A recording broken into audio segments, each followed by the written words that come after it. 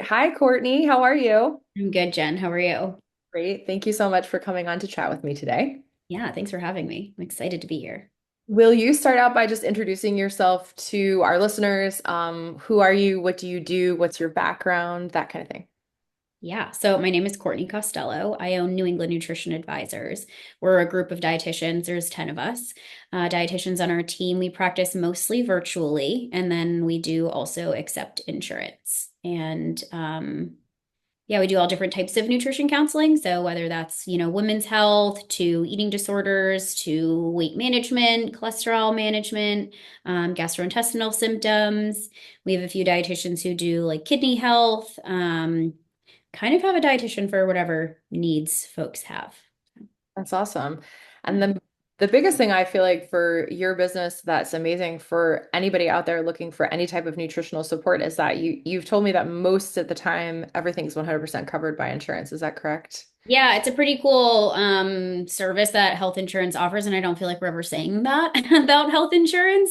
But yeah, generally we bill nutrition counseling under preventive health care, so it's usually covered 100%. Sometimes there's a copay, but not usually. And yeah, in my opinion, it's a great service that is super underutilized because even like providers, like doctors, nurse practitioners, don't even know that nutrition counseling can be covered. Absolutely. Absolutely. I was super excited when I reached out to you. So we kind of connected because I'm have been prescribing GLP-1 medications to help people lose weight, but I really wanted them to have that nutritional component to make sure that they were getting adequate nutrition, even on a medication that inhibits your appetite. And I've been really thrilled to tell my patients, like, I'm going to set you up with this nutritionist that it's probably not going to cost you anything. That's amazing. And it's just like another person in your court, right? Who doesn't need somebody else in their court? Absolutely. Even dietitians need dietitians sometimes. Right? Yeah. Yeah. Like all therapists need therapists. Exactly. Yep. Yep. When I had my daughter, I was like, I don't know anything about babies. How do I feed this thing? Right. Somebody that does peds help me. So, what percent of your practice would you say are kind of peri to postmenopausal women in that like 40 to 60, 70 age range? Yeah, I would say I don't have those numbers exactly, but more than half of my clients, maybe 60% of my clients are probably women. And then of that percent, I would say like most of them are in that, like 35 to 60-ish, 65 age range. Yeah. Yeah. I don't know, call it What do you 40. enjoy? What do you enjoy about helping women with their nutrition? Like, what's your why behind what you do? Well, to me, there's a couple of things. So I like dispelling myths first and foremost. I think there's a lot of information about nutrition just floating around the world, and not all of it is very accurate. And a lot of times the recommendations that are floating around are very strict and don't leave a lot of room for flexibility or lifestyle, which then means that folks are doing this. They're doing, I always talk about it as being like they're on or they're off, right? Like I'm doing this thing and I'm working at it at 100% of my effort, and then I go on vacation and then it's tough to come back to that because I was just like living my best life. And now I'm coming back and I'm like, oh my gosh, I can't start over. It's so hard. So to me, it's like, how do we make these general healthy lifestyle changes more sustainable to the specific individual and their unique circumstance? So I get to say things like, no, carbs are important. Like we need those.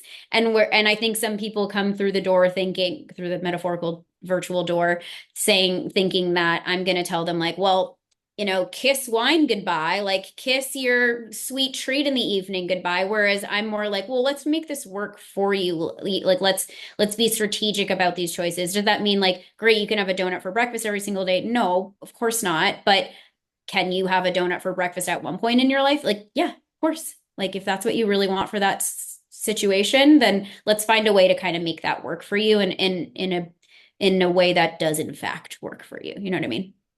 And do you find that that's kind of the most common struggle you see with women in that 40 to 60 age range, that they're either all or nothing? Is that the most common problem that you're seeing? Yeah, I definitely see a lot of all or nothing. And that's not even just for women specifically. I think that's just like folks in general. I think actually men tend to be more all or nothing than women. But it is yeah, I mean that's a big part of it because it's just easier, right? To like focus on one specific thing with 100% and then not, right? And then try to come back to that and then not. It's also completely in line with our culture and especially in the, like 60s, 70s, 80s, and 90s, even with that like horrific, frankly, diet culture that was like super, super strict for this finite period of time. And then you kind of go back to eating the way that you were before. So that like kind of unteaching that a little bit is a big part of my job. Yeah, I agree. I'll say a lot of my patients that are on GLPs or they're coming in to ask about GLP peptide treatment, we're doing a lot of talking about relationships to body and food.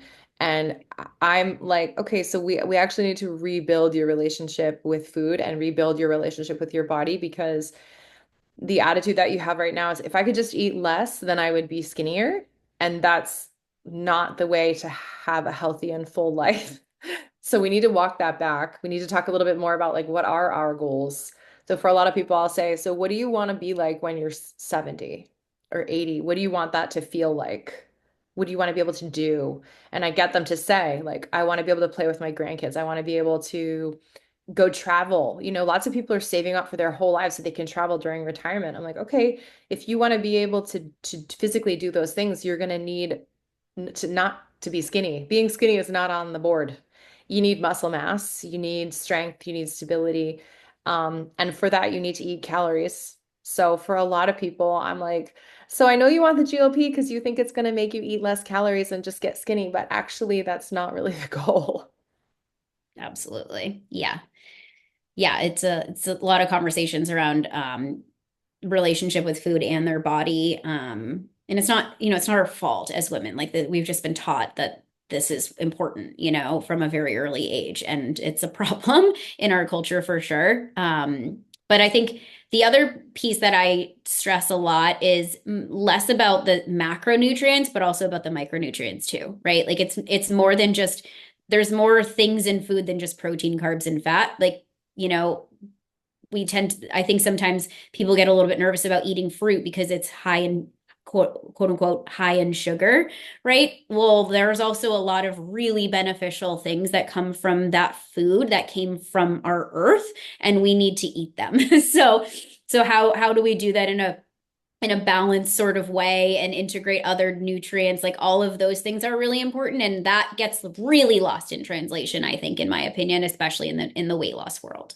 Yeah, absolutely.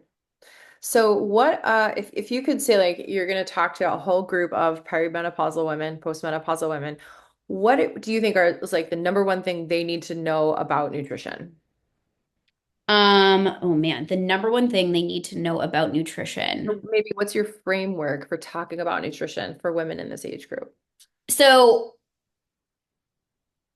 I think the number one thing, I'm going to answer your first question first. The number one thing that I would say for women in this age group is there needs to be a protein in every meal and snack. That's kind of a non-negotiable. There has to be adequate amounts of protein because basically after age 35, our muscle mass just starts to deteriorate. And if we're not eating enough protein, then we're not going to be getting the right types of ingredients in our diet that fuel muscles, because if we're not getting enough protein, our body's just going to pull that energy from that protein from our muscles and use it for things that are like more important per our body. Right, so that would be one big thing.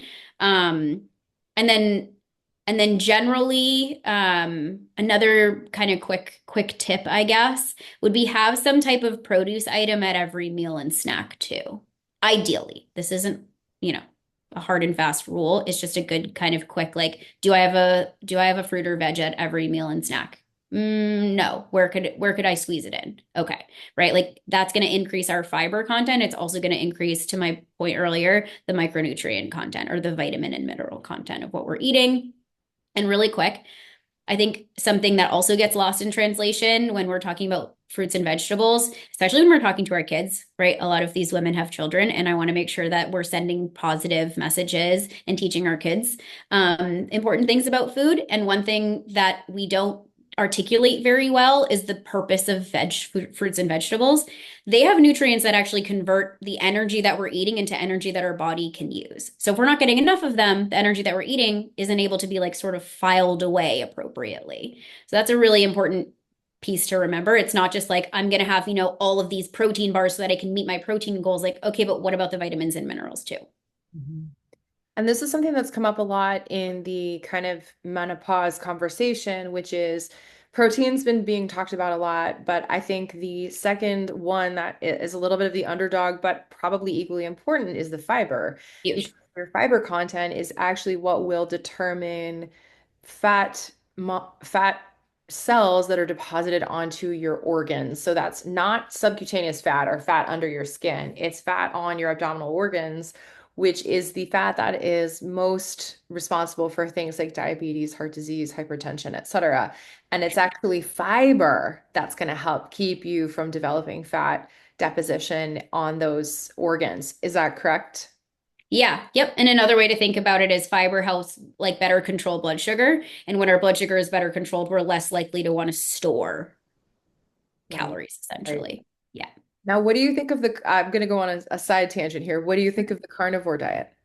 I wouldn't recommend it. What, Full why? stop. Why?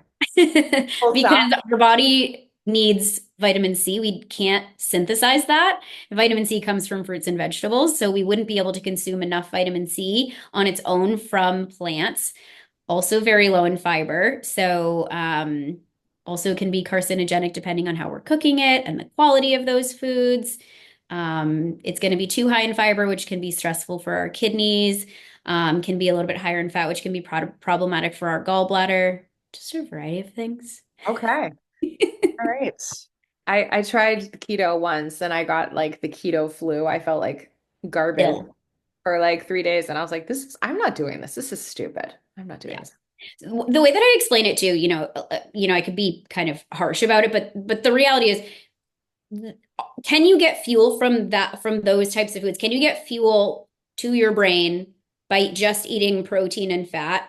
Yes. But it's also like having a sports car and then putting in like whatever gasoline you can find lying around the house in that sports car instead of the like 93 octane or whatever you're supposed to put in a sports car. I wouldn't know. I don't have one. But like you're supposed to put the premium gas, right, in that type of vehicle. And if you're just putting the other type of gas, it's going to run, but it's not going to run optimally. There was a research paper published that studied endurance athletes on the keto diet. Um, and what they found was they were power walkers. And what they found was that the power walkers said that they were able to find like a new low, right? When you're doing an endurance activity, you're like, oh my gosh, I feel like I'm going to die. I'm going to die. They found like, oh, I'm actually not because I can feel worse and I feel worse when I'm on keto. So they were able, so what one of the athletes said was, I would do this for training, but I would never do it in an event because it teaches me to like real grit, like to really like grit and bear it. It's not an effective long-term use for training, but it was a good like teaching tool is kind of how they phrased it. And then they were like, I would never do this in a race though, because I want to give my body the optimal amount of energy. And the reason they did endurance is because carbohydrates are like quicker fuel, as you know. But they would never do that in a long-term event because that would, diminish their progress. They wouldn't do as well. Performance. Yeah, yeah, exactly. Yep. Interesting. Oh my gosh, we could go off on so many tangents to talk about all those fat Hmm. diets, right? What do you see are the main issues of women seeking your help? So I'll tell you the main issues of women that I see that are seeking my help with GLP medications. Now, I have a specific patient population, right? So I'm not treating all of America. I'm treating w women, essentially, a couple of men, but mostly women in Southern New Hampshire who are doing everything they can to be healthy. They know what they need to do. They're working out. Some of them are working out 5, 6 days a week. They Hmm.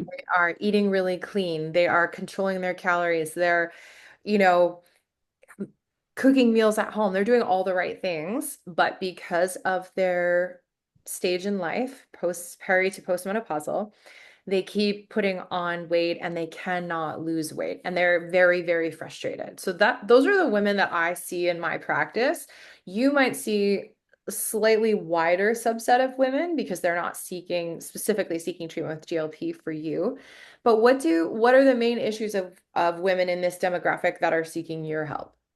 Yeah, I mean, I think you laid it out. They've, seemingly tried everything, right? And this I what I hear a lot is, when I was in my 20s or in my 30s, this wasn't a problem, and I just feel like I am haven't changed very much about my lifestyle, and I just can't seem to control my weight, or my fatigue is out of control, or, insert all of the various symptoms. So my recommendation would be to follow up with somebody, like, yes, okay, let's comb through your diet, of course, and make sure you're exercising appropriately, like the normal things that I would do, and, make some changes perhaps, and maybe there's tweaks that we can make here and there. But let's say, we've gone through that whole rigmarole and we've made some great changes, super consistent with workouts, eating really beautiful, high nutrient density, balanced meals, and still not really moving the needle in whatever symptom it is. That then I would refer out to, like a menopause provider, like a nurse practitioner or a doctor, and make sure that we're getting hormones tested, supplementing, or doing, like HRT as necessary. That's obviously out of my scope of practice, but I would kind of like kick that out, refer out for that.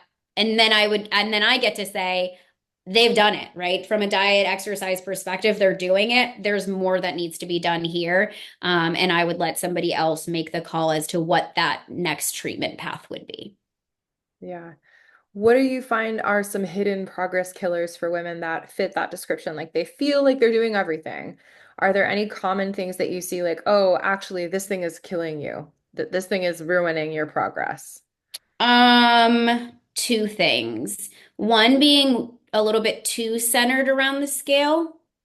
I think that can actually be kind of a progress killer, because sometimes we need to like do a little bit of overcorrecting to like bring it back down to normal. So if you're only like, I need to lose 1 pound every single week forever, that might be hindering your progress. You're like missing the big picture, because that forces us to fall back into like previous behaviors of restrictive type eating, and that can be detrimental to our metabolism. So that's one.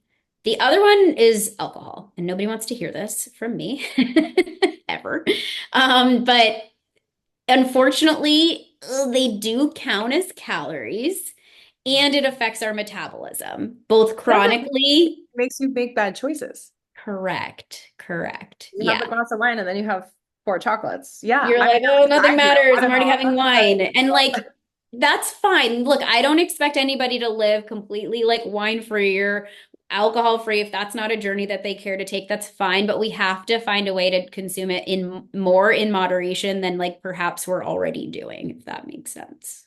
I agree. My background is in anesthesia, so I'm an anesthesia provider, and I will say that I've worked in anesthesia for a long time, like 15 years. After 15 years of working in anesthesia, people say like, "Oh, I'm not an alcoholic, or I don't drink a lot. I just have 2 glasses of wine every night." And I can tell you that 2 glasses of wine every night categorically changes your body's metabolism of toxins, because these people will chew through anesthesia medications because their liver and enzymes that are used to break down alcohols are so hyperactive that then they chew through anesthesia medications as well. So I've seen kind of from that side, the where we don't necessarily see how 2 glasses of wine a night is affecting our bodies. I can see it when I try to put you to sleep in the operating room and you need like twice as many medications as other people because of the amount of alcohol that you're drinking. 2 glasses of wine, I'll tell my patients every night's too much. Every night's too much. No one wants to hear it, but every night's too much. I'm sorry. Yeah, Yeah. it is. It's Yeah. not, that's a habit. That's not a mindful choice anymore. Agreed.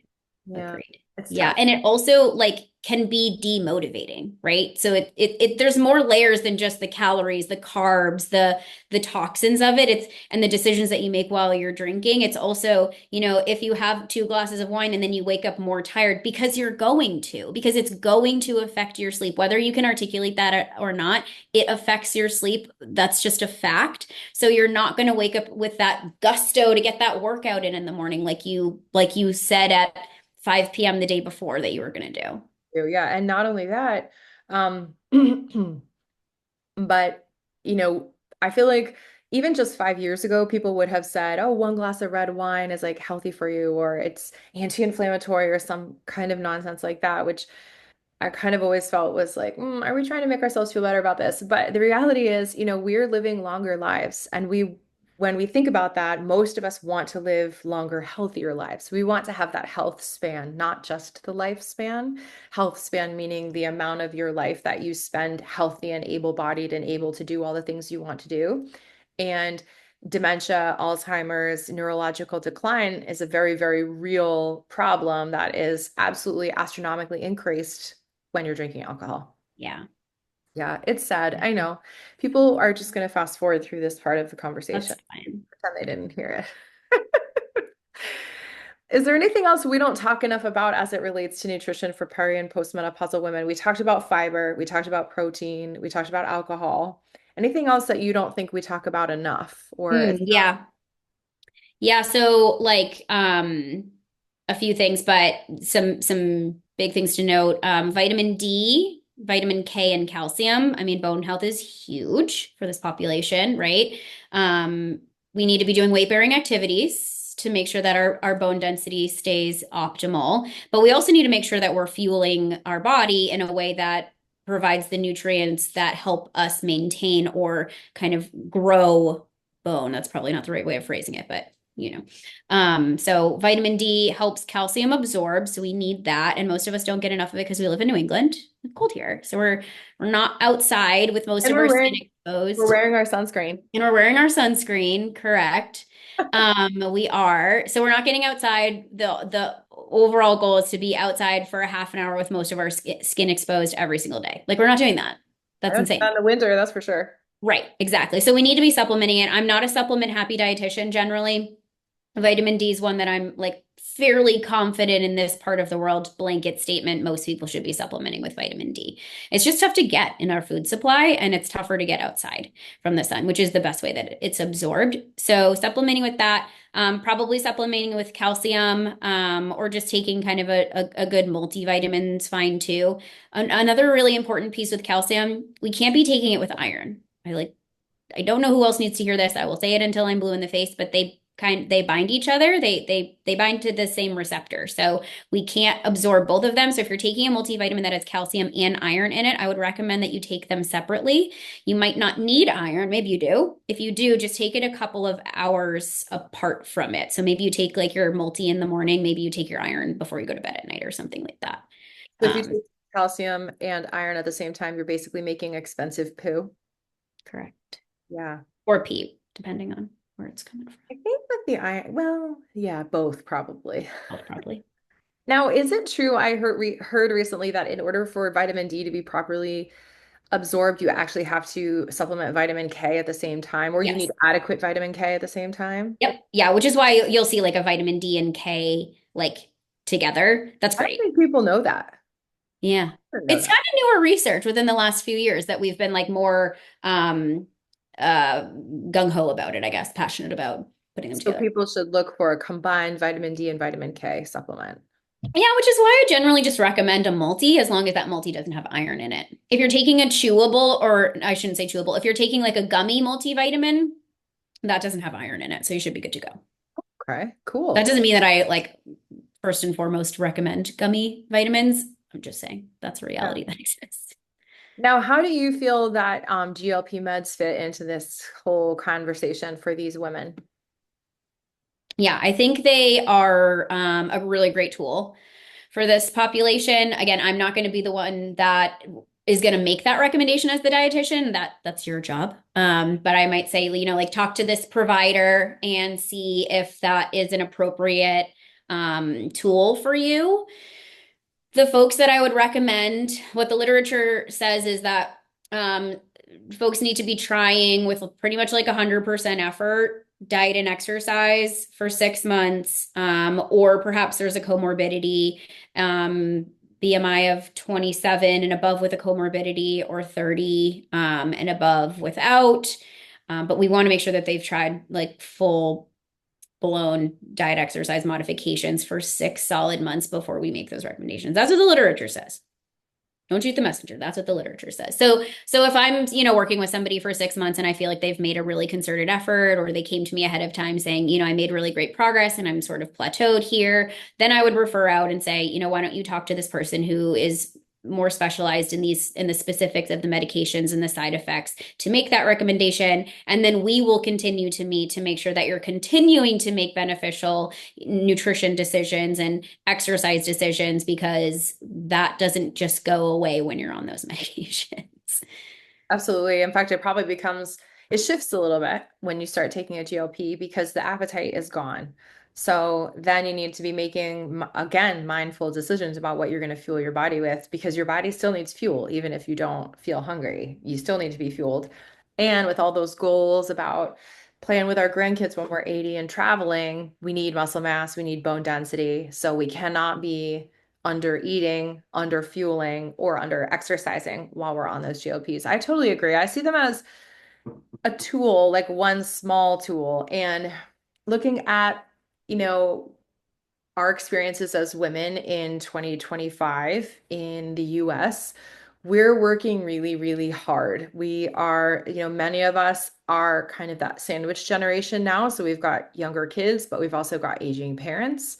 A lot of us have Most of us now have full-time jobs where 30, 40 years ago, many women didn't have full-time jobs. So we're working really hard. I can speak from my experience. Like I want to volunteer at the kids' school sometimes, but I can't do it all the time, but I want to do it sometimes. The Girl Scout leader, I'm doing all the things and I'm working out and I'm trying to make healthy home cooked meals for my family and Trying to drink enough water.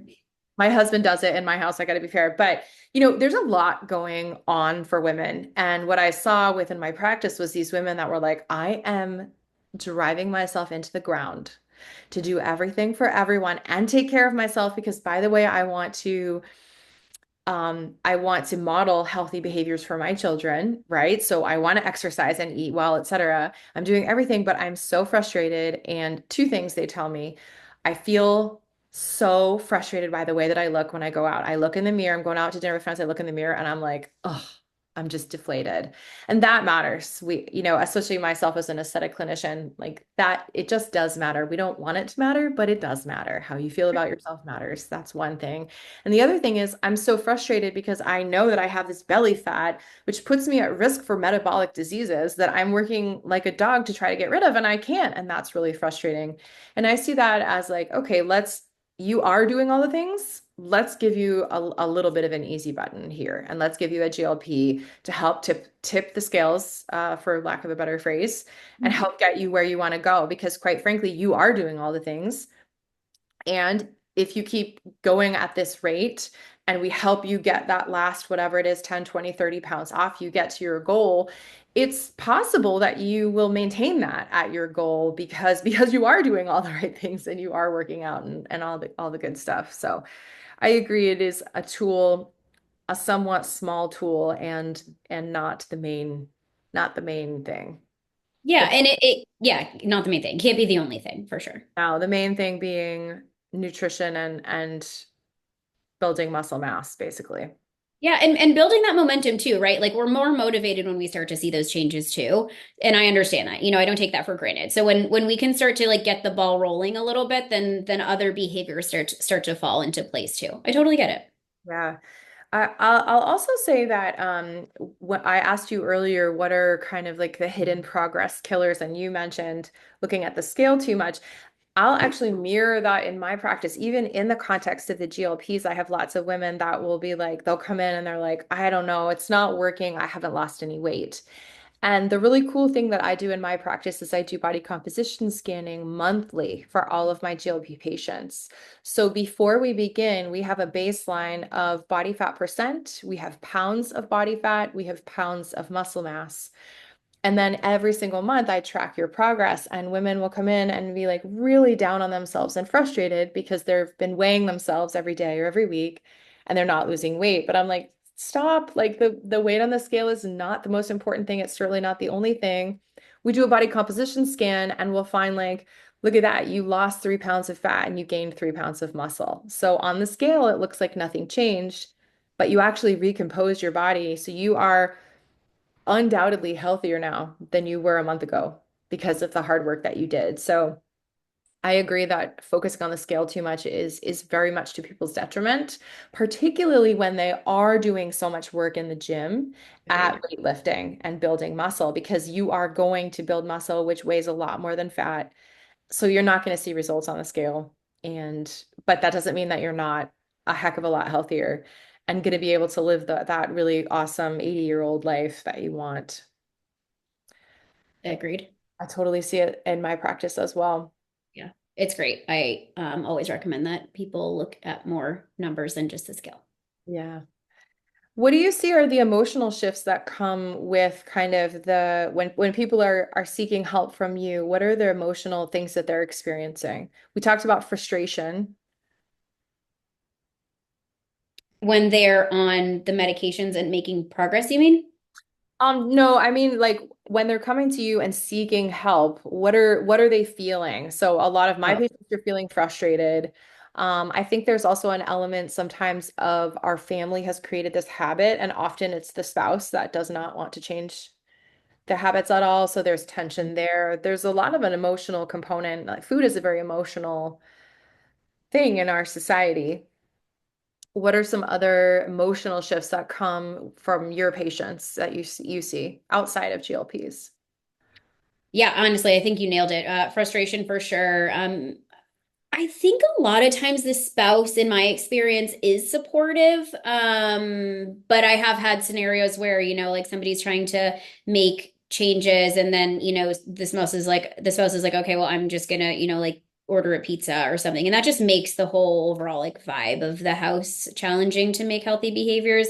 The biggest thing to me though, honestly, is like our work-life balance or lack thereof is a big one. And work seems to be the thing that gets in the way, in my experience, more often than family dynamics. And it's really more of a cultural thing, right? Like we're expected to just pour everything that we have into our job and make as much money as humanly possible and work a bazillion hours a day, right? And that does not lend its way to a healthy, balanced lifestyle, right? It's tough to come home after a 12-hour day and prep an entire meal, right? Or make food related decisions after you've made decisions all day long. That's to me actually a bigger frustration. Is the emotion frustration? Yeah. It's also sort of like burnout, if that's an emotion. They're just like over everything. And we want to just sort of chill after a big, heavy day of work, but we don't have the ability to do that because we're like, well, I have to work out and I have to make healthy, balanced meals for my family. So a lot of times I'm talking a lot about planning and planning things ahead of time and making all of these decisions at one time instead of making the what am I going to make for dinner every single night because it's just too much. I think in an ideal world, like in Italy, for example, right? Like where they're living their best lives. Like the culture is set up in a way that allows people to take breaks as needed. They have these lovely long lunches where they get to have beautiful meals that are home cooked for their family because they're not trying to like shovel their lunch down in a half an hour span of time. They have 2 hours or whatever it is to have these beautiful, well cooked meals in the middle of the day, not, in the evening. So like the timing of things is better. So because their culture is set up in a way that like allows for a healthier lifestyle, they're not running into, well, I need a medication to help me manage my weight because I can't in my everyday life because the expectations are just so ridiculous for us. So like if I could like wave a magic wand, that would be my fix. I would be like, we need to all work less. We need to spend more time with our families. We need to spend more time in the kitchen together and cooking these beautiful meals and doing activities as a family that makes our whole lifestyle flow a little bit better instead of trying to like swim against the current, work a million hours, prep a million meals, blah, blah, blah, blah, blah, right? That to me would be the magic ticket. So what is your suggestion to women who don't live in Italy? Is it the meal planning? Like what does that look like for you? What are you recommending to most people? It depends on the circumstance. Everybody's life is different. But generally, minimally have a plan. Like it does not need to be glamorous. It doesn't need to be this whole like a new recipe every single day. It also doesn't need to be the same exact thing every single day. Some people love that, some people hate it, right? So I'm always, having a dialogue about that. But my number one recommendation that I probably make to most of my clients is there has to be some semblance of a plan. You should know, generally speaking, like minimum 3 meals that you're going to cook for dinner, for example, for the week. And then have, I'm a big proponent of grocery delivery. It minimizes impulsive buys. And it forces you to like make a list and buy only the things that you need. And then you don't have to actually go to the grocery store. It comes right to your house and it's so much more efficient in my opinion. But if that's not your jam, then that's fine too. But have the plan because the decision making, in my experience, is the hardest part of dinner. Can we cook a meal? For sure.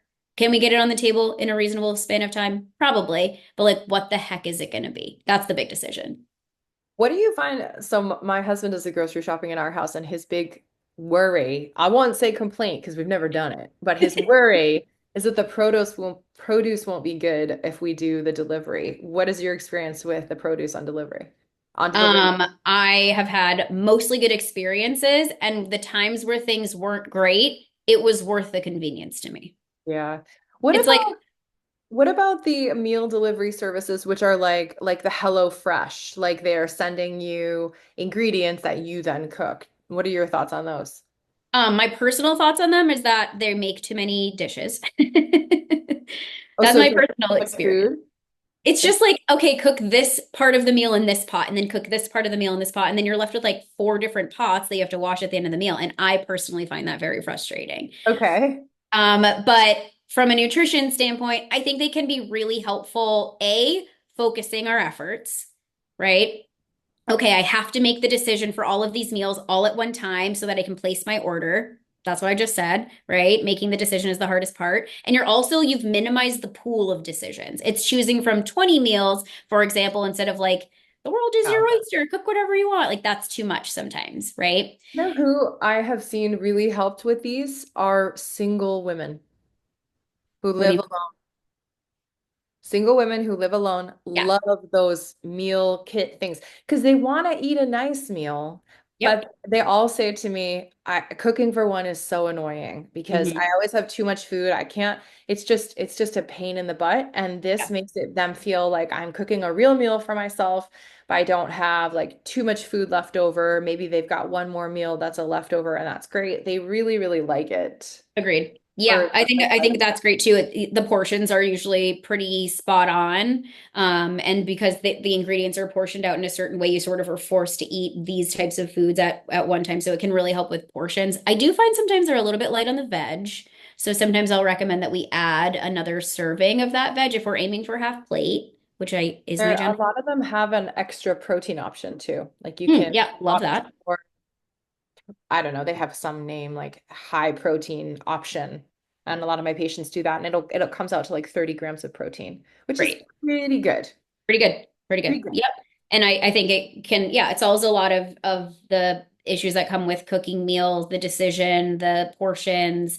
Yeah, they can be really helpful. Oh, and a lot of my clients will use them for like lunch prep too. They're like, I feel like I got dinners in the bag. I feel good about those, but I never know what to make for lunches, and I get really bored with having a salad every single day or having a sandwich or whatever. And because you have to kind of cook it ahead of time, it's like forced meal prep. They're like, I just cook it while I'm cooking something else, and then I have my lunches for the week. Oh, that's a great idea. Yeah. Yeah, that's a great idea.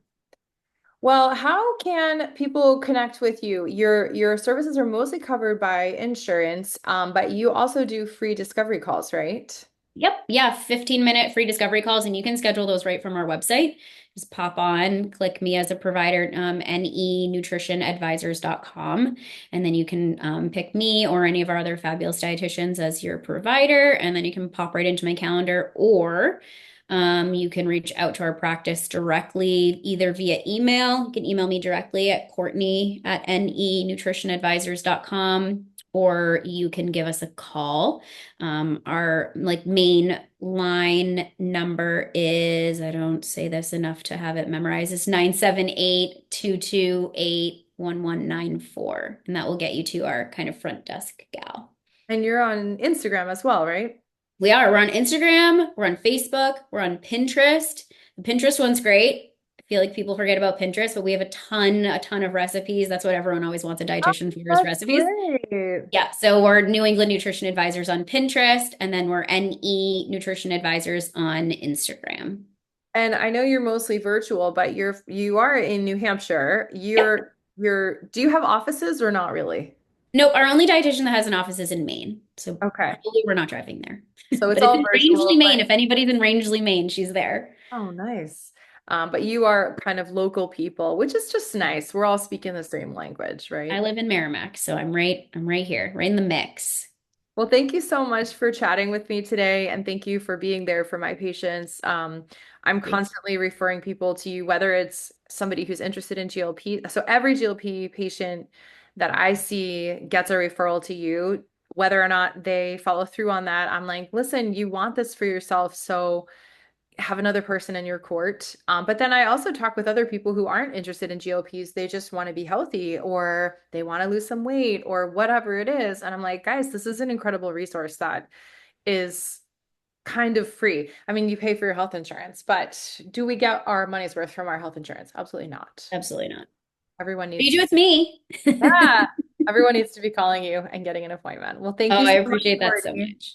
Thank you so much. I appreciate it so much. I love working with your patients. It's just a joy. Oh, great.